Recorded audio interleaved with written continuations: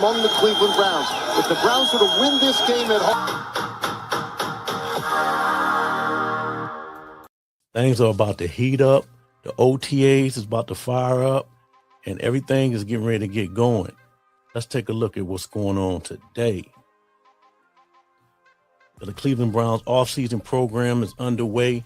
So we got the OTAs, organized team activities, May 19th through the 21st. So they're getting ready to get started with that. But let's get going with this show. Look, if you thought you knew the AFC North, forget everything, because this offseason, the entire division just went through a total overhaul. We're talking fired legends, shocking hires, and a total shift of power. But with all that chaos going on, one legendary coach perfectly nailed exactly where the division stands right now. Check out what Herm Edwards had to say about the absolute dogfight brewing in the North. This is an interesting division. When you think about the AFC North, you mentioned the Pittsburgh Steelers, Aaron Rodgers. We know he's united now with Mike McCarthy. Okay, so we look at that and go, that should be pretty good. Then you look at the Ravens. Okay, all of a sudden Lamar Jackson outlasted the head coach. Head coach gone, new coach in. All right, Joe Burrow, Cincinnati Bengals. Love Joe Burrow. Joe Burrow got to stay healthy. The clock is ticking. Yep. I mean, we talk about Joe Burrow a lot. We should, because he is a fantastic player when he's playing. But when's the last time we talked about Cincinnati being in the playoffs? Not a whole lot. Cleveland's Cleveland. They still haven't figured out who the quarterback is. They have more quarterbacks than they have defensive backs. But at the end of the day, when you look at this thing, you go, who's any good in this division? For me, I look at the Ravens and I say this: Lamar Jackson, he got to play good this year. They've gotten rid of a really good football coach, by the way. Yes. Yeah, they did. If Lamar Jackson doesn't play up to his potential this year, we'll see about Lamar Jackson now. He's got to start playing too. Great player. Great player. But when you watch this team last year, a couple things stood out for me. I watched the Baltimore Ravens play defense, and I said, is somebody else wearing those uniforms? Right. Didn't look right. Yeah. It didn't look right for about a month, and then finally they kind of figured it out, right? The Pittsburgh Steelers were the same way. When you watched them, you went, the Pittsburgh Steelers, they always play defense. No one played defense. Yeah. So it'll be interesting to watch this division. If Cleveland could figure out who the quarterback is, just play complimentary football. They have the best defense in the division. That's one of the top 5 defenses in the league, the Cleveland Browns. Yep. But they just got to get the quarterback thing figured out. Who is the guy? This is interesting. He's 100% right. Everyone's going to be completely locked in to see who emerges as the number one guy in Cleveland.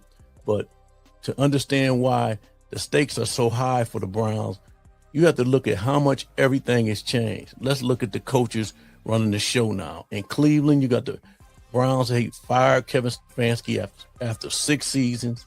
He's in Atlanta now.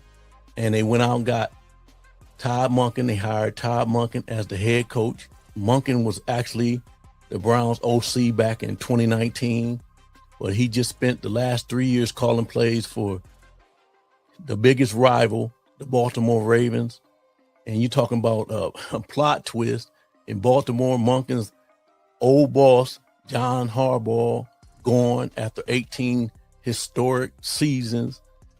The Ravens finally move on after losing to the Steelers in the season finale. And Baltimore went the defensive route, hiring Chargers defensive coordinator Jesse Minter. And to take over the ship in Pittsburgh, the changes did not stop there.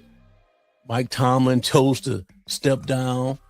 And the Steelers shocked everybody by bringing in a former Packers and Cowboys coach, Mike McCarthy, to restore order in Pittsburgh.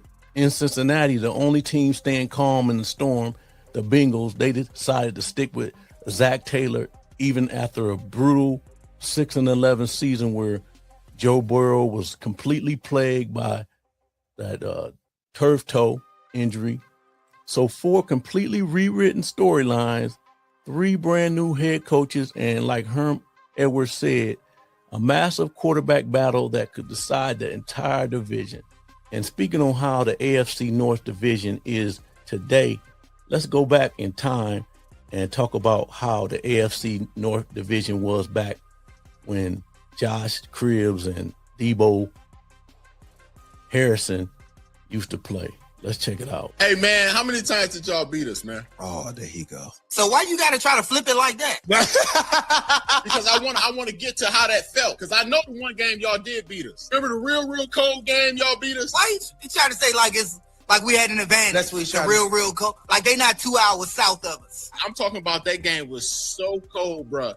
Them boys was over there celebrating like they had won the Super Bowl. What was that, 2008 or something like that? 2009? It was our Super Bowl. Josh is running over us. We cannot catch this dude, bruh. You was in a winning organization for a long time. So I'm going to school you about the total scope of the AFC North. You guys, if you look at your team, you arguably had Hall of Famers on offense and defense. Facts. Hines Ward, Palomalu on defense. You had yourself. Y'all had Port. Ben, he's a Hall of Famer. Y'all always had a star running back. So the AFC North in that time was so stacked.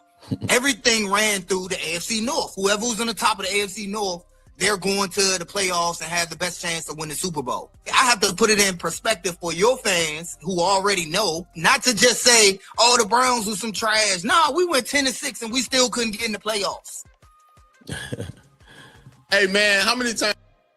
I love that. I love that. As a Browns fan, I really love how they conversate about the old time and some insight on it. Harrison is from Akron, Ohio. He's from here. He went to Coventry High School from Akron, and he's from this area. And that's why it's weird for him to be playing for Pittsburgh, because he was from Akron, right here in Akron, Ohio, where LeBron, he's from here. So he would always knock out our players. And I wonder if he ever mentioned that. But it's so funny because his family is right here from Akron, and he was right here in Browns territory. And we always would wonder, we hated him because he used to knock out all our players. It is so funny. That was the good old times in AFC North where Josh Cribbs was doing his thing. Let me know what you guys think about what Herm Edwards said about this being the missing piece. The quarterback, the Browns have everything they need. And if they take care of that QB situation, do you think that they will be at the top of the AFC North? Appreciate y'all. See you on the next video.